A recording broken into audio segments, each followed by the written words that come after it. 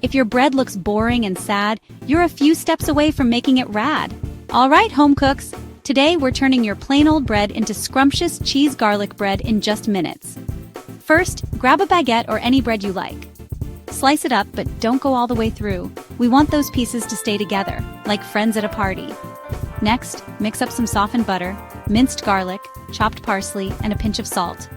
Spread that garlicky goodness between each slice like you're tucking it in for the night. Now it's cheese time. Stuff each gap with shredded mozzarella. And don't be shy, more cheese makes it breezy. Pop that beauty onto a baking sheet lined with foil. You don't want to be scraping off melted cheese later, trust me. Slide it into a preheated oven at 375 degrees Fahrenheit, 190 degrees Celsius, for about 10-12 minutes. Or until the cheese is gooey and bubbly and the bread is golden and toasty. Once it's done, let it cool for a minute. Then just pull apart and enjoy that cheesy, garlicky perfection. There you have it.